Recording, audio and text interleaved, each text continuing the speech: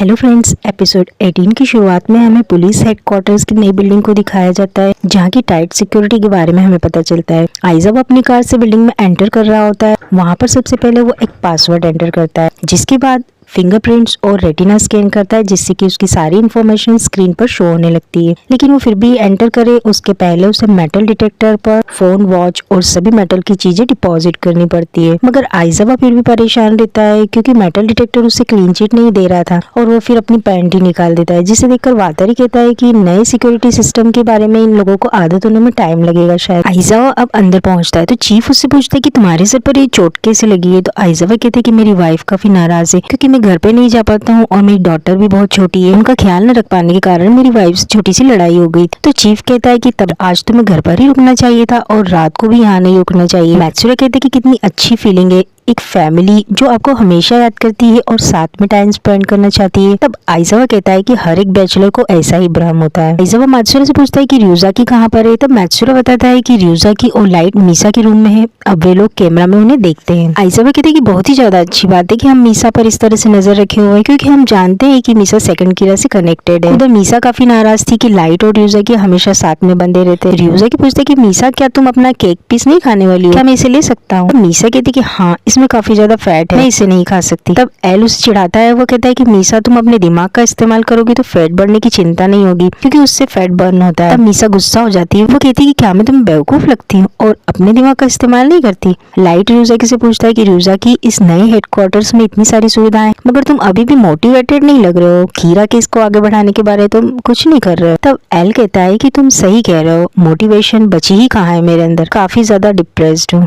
तब लाइट पूछता है कि क्यों तुम ऐसा कह रहे हो। तब ryuzaki कहता है कि पहले मैं सोचता था कि, बल्कि मुझे तो ये यकीन था कि तुम ही कीरा हो, मगर अब लगता है कि मैं गलत था। ये बात मुझे बहुत बुरी लग रही है। हालांकि मैं अभी भी तुम पर शक करता हूँ और इसलिए मैंने यहाँ पे खुद को तुम्हारे साथ बांध रखा है। कीरा वैसे भी लोगों की एक्शंस को कंट्रोल कर सकता है, और ऐसा भी तो हो सकता है कि कीरा तुम पर कंट्रोल कर रहा था, जिससे कि मुझे तुम पर शक हो। शायद कीरा तुम्हें और मीसा दोनों को ही कंट्रोल कर रहा था। तो लाइट कहते कि ryuzaki, तुम्हें नहीं लगता है कि इससे प्रूव हो रहा है कि मैं और मीसा कीरा नहीं है। तो एल कहता है कि नहीं, तुम्हें इनोसेंट नहीं समझा जा सकता है, क्योंकि तुम ही कीरा हो। क्योंकि जब तुम कन्फाइनमेंट में थे तब क्रिमिनल्स का मरना बंद था, मगर उसके 15 दिन के बाद फिर से क्रिमिनल्स मरना शुरू हो गए थे। इसका ये मतलब है कि कीरा की पावर को एक इंसान से दूसरे इंसान में ट्रांसफर किया जा सकता है। तब लाइट कहते हैं कि तुम सही कह रहे हो ryuzaki, मगर ऐसी कंडीशन में कीरा को पकड़ना तो और भी ज्यादा मुश्किल हो जाएगा। एल कहते हैं कि हाँ, अगर हम ऐसे इंसान को पकड़ भी लेते हैं, वो अपनी पावर किसी और को दे देगा और उसकी सारी मेमोरीज भी नहीं रहेगी उसके पास। लाइट कहता है कि फिर डिप्रेस होने से क्या होने वाला है, चिल करो। एल कहता है कि नहीं, चिंता की बात है, मुझे लगता है कि बेकार में ही हम अपनी लाइफ खतरे में डाल, हमें ट्राई करना छोड़ देना चाहिए। उसकी बात सुनकर लाइट एकदम से गुस्से में आ जाता है और ryuzaki को जोरदार पंच मारता है। ryuzaki सोफे से नीचे गिर जाता है, क्योंकि लाइट चेन से उसके साथ जुड़ा हुआ था, तो वह भी आगे की तरफ गिरने लगता है। ryuzaki कहता है कि ऐसा क्यों किया तुमने लाइट, मुझे दर्द हुआ। लाइट कहते हैं कि ryuzaki, तुम बेकार में टाइम पास कर रहे हो, तुम्हें कुछ और ट्राई करना ही होगा ताकि ये केस खत्म हो जाए। तुम सिर्फ ये दिखाना चाहते हो कि तुम जीनियस हो, तुम ये समझ ही नहीं रहे हो कि इनोसेंट लोगों को कितनी प्रॉब्लम हो रही है। पहले तुम ये कह रहे थे कि मैं कीरा हूँ, मगर ये बात किसी भी तरह से प्रूव नहीं हो पाई, तो अब उसका क्या। तब ryuzaki कहता है कि हाँ, मैंने गलत तरीके से बात कही थी। शांति से बैठने का मेरा मतलब था कि हमें कोई कदम नहीं उठाना चाहिए, और कीरा क्या करने वाला है उसका इंतजार करना ही ठीक होगा। इतना कहकर ryuzaki भी लाइट को जोरदार किक मारता है और कहता है कि जैसे को तैसा। इसके बाद दोनों ही सोफे के साथ नीचे गिर पड़ते हैं। मीसा ये देखकर चीख पड़ती है। एल कहता है कि लाइट यागमी, तुम ही कीरा हो और मीसा सेकंड कीरा है। मैं ये बात जानता हूँ, मगर इस बात को साबित करने के लिए मेरे पास कुछ नहीं है। तब लाइट कहता है कि ryuzaki, तुम इसलिए डिप्रेशन में नहीं हो, बल्कि तुम इसलिए दुखी हो क्योंकि तुम बस मेरे पीछे पड़े हो कीरा साबित करने के लिए। तब एल कहता है कि क्या तुम्हें सचमुच ऐसा लगता है। हाँ, ये बात सही है, मैं चाहता हूँ कि तुम कीरा हो। लाइट को बहुत ज्यादा गुस्सा आ जाता है और वह फिर से ryuzaki को पंच मारता है। ryuzaki भी कहाँ पीछे हटने वाला था, वो दोबारा से किक करता है और कहता है, लाइट मुझे कमजोर मत समझना। उधर सर्विलेंस कैमरा में सब लोग इन्हें देख रहे थे। मैत्सुरा उन्हें फोन पर बात करके उनका ध्यान बटाने की कोशिश करता है। वो कहता है कि मीसा अमानी की फोटो एक पॉपुलर मैगजीन में आई है। लाइट को समझ ही नहीं पाता है, पूछते कि क्या हुआ, ये क्या कह रहा है। तब एल कहता है कि नहीं, कुछ नहीं, मैत्सुरा बेवकूफी कर रहा है। तब लाइट कहता है कि वो तो है ही बेवकूफ। मैत्सुरा मजाक में कहता है, मैं तुम दोनों की बातें सुन सकता हूँ लाइट। अब हमें 2 मंथ्स के बाद का सीन दिखाया जाता है। लाइट ryuzaki को बताता है, तुमने ये नोटिस किया है कि बहुत सारे बिजनेसमैन हार्ट अटैक की वजह से मर रहे हैं और इसी वजह से यात्सुबा ग्रुप के स्टॉक प्राइस आसमान छू रहे हैं और बाकी सारी कंपनी नीचे की तरफ जा रही है। इतने सारे बिजनेसमैन के मर जाने से यात्सुबा ग्रुप को फायदा हो रहा है। इसको देखकर तो ये हो लग रहा है कि कीरा इनकी हेल्प कर रहा है। रियोजाकी कहता है कि ये वाला कीरा क्रिमिनल्स को मारने में इंटरेस्टेड नहीं है, बल्कि वह तो इनोसेंट लोगों का मर्डर कर रहा है। तब लाइट कहता है कि रियोजाकी अब तो तुम मोटिवेटेड फील कर रहे होंगे। अगले सीन में हमें यात्सुबा ग्रुप की मीटिंग दिखाई जाती है। लोग बातें करते हैं कि सब कुछ हमारे हिसाब से चल रहा है, हमारी कंपनी की ग्रोथ काफी ज्यादा बढ़ रही है और किसी को हमारे पर शक भी नहीं हुआ। एक एम्प्लॉय कहता है कि हमें हार्ट अटैक के अलावा भी किसी और तरीके से लोगों को मारना चाहिए। वैसे तो कोई खतरा नहीं है क्योंकि पुलिस तो अब तक क्रिमिनल्स के मर्डर्स की जांच कर रही है, मगर फिर भी हमें सावधानी बरतनी चाहिए। अगले सीन में चीफ यागमी मोगी के साथ पुलिस हेडक्वार्टर्स में एंटर करते हैं। मैत्सुरा उन्हें यात्सुबा ग्रुप के बारे में बताता है, जो कि लाइट और एल बातें कर रहे थे। चीफ यागमी कहता है बहुत ही बढ़िया इन्फॉर्मेशन है। चीफ आगे बताता है कि हम पुलिस डिप्टी डायरेक्टर से मिलकर आ रहे हैं और उन्होंने बताया कि कीरा ने धमकी दी है कि पुलिस कीरा इन्वेस्टिगेशन को बंद कर दे, वरना वो पॉलिटिशियंस को मारना शुरू कर देगा। इस वजह से अब पुलिस कीरा को पकड़ने में कोई मदद नहीं करेगी। इसका मतलब ये है कि पुलिस कीरा के सामने हार मान चुकी है और अब मोगी और मैंने पुलिस फोर्स से रिजाइन करने का डिसीजन ले लिया है।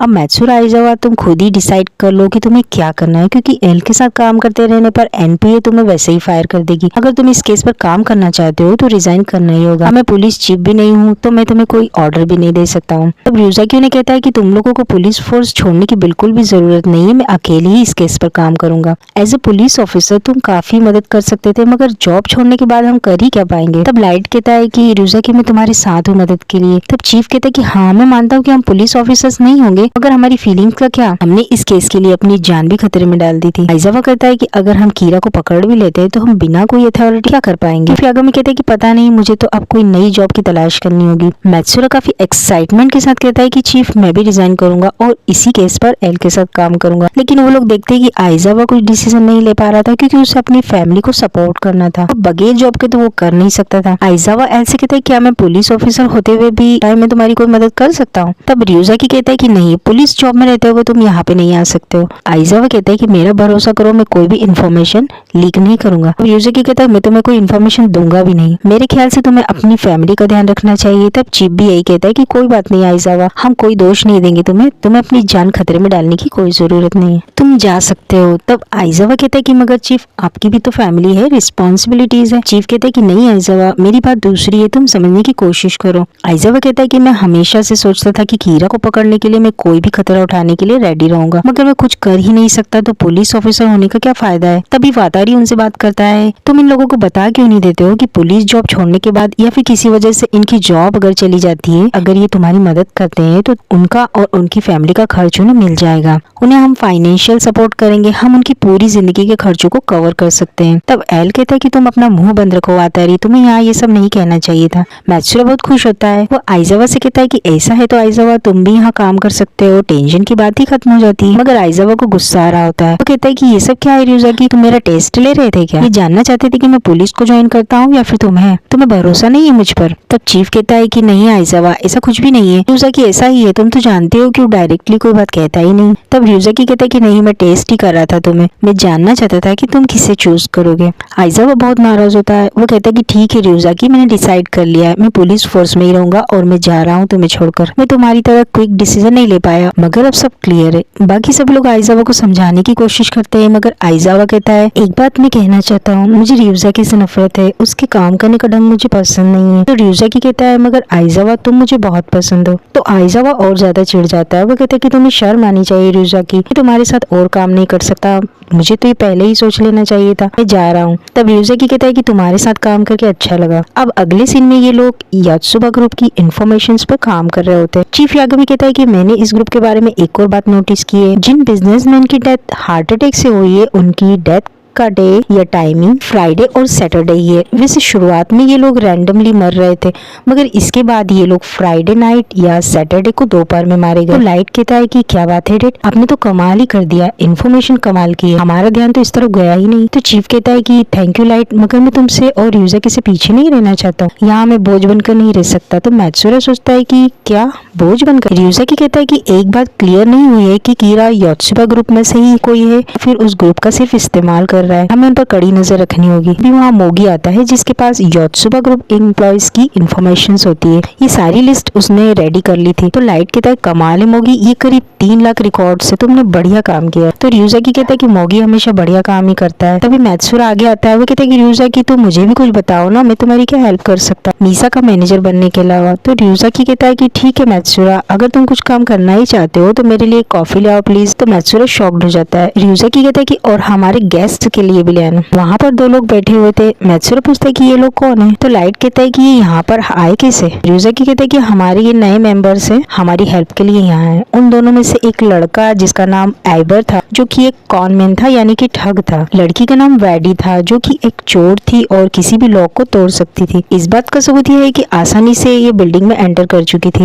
और जो आइबर है वो बहुत ही शातिर ठग है, जिसके काफी अच्छे सोशल स्किल्स है और वो कोई भी इंफॉर्मेशन को लोगों से निकलवाने में माहिर है। तो चीफ कहता है कि क्या हम इन क्रिमिनल्स के साथ काम करेंगे। तो ryuzaki कहता है कि हाँ क्रिमिनल्स है, अगर आप इन्हें प्रोफेशनल एक्सपर्ट्स मानकर काम चला सकते हैं। ये कीरा की नजरों से भी बचे हैं अब तक। लाइट कहता है कि तुम ठीक कह रहे हो ryuzaki, हमें योत्सुबा ग्रुप की इन्वेस्टिगेशन करने के लिए इनकी हेल्प की जरूरत होगी। अब हमें आइजावा को दिखाया जाता है जो कि एक पार्क में मायूस बैठा हुआ था। तभी उसकी बेटी और उसकी वाइफ वहीं पास से गुजरती है। उसकी बेटी अपने फादर को देखकर उसके पास आ जाती है। आइजावा कहता है कि तुम यहाँ पर क्या कर रहे हो। आइजावा की वाइफ कहती है क्या तुम आज रात घर आने वाले हो, मैंने तो तुम्हारे लिए डिनर बनाया ही नहीं। तो उसकी बेटी कहती है कि डैड आप मेरा खाना खा सकते हो, कोई बात नहीं। तो आइजावा कहते हैं कि आई एम सॉरी, मुझे अभी ब्रेक मिला और मैं तुम लोगों को इन्फॉर्म नहीं कर पाया। आइजावा की बेटी कहती है तो क्या डैड आज आप मुझे घुमाने लेकर जाओगे। आइजावा कहते हैं कि हाँ अब मैं तुम्हें हर वीकेंड पर घुमाने लेकर जाऊंगा, हम पार्क में जाएंगे और अब हम जू भी जा सकते हैं। आइजावा इतना कहकर रोने लगता है और कहता है कि अब मैं तुम्हें अम्यूजमेंट पार्क भी लेकर जाऊंगा। उसकी डॉटर पूछती क्या हुआ डैड आप रो क्यों रहे हो। लेकिन आइजावा फूट फूट कर रोता रहता है क्योंकि वह कीरा केस में काम करना चाहता था, मगर जॉब छोड़ना भी पॉसिबल नहीं है क्योंकि उसे अपनी फैमिली को सपोर्ट करना था।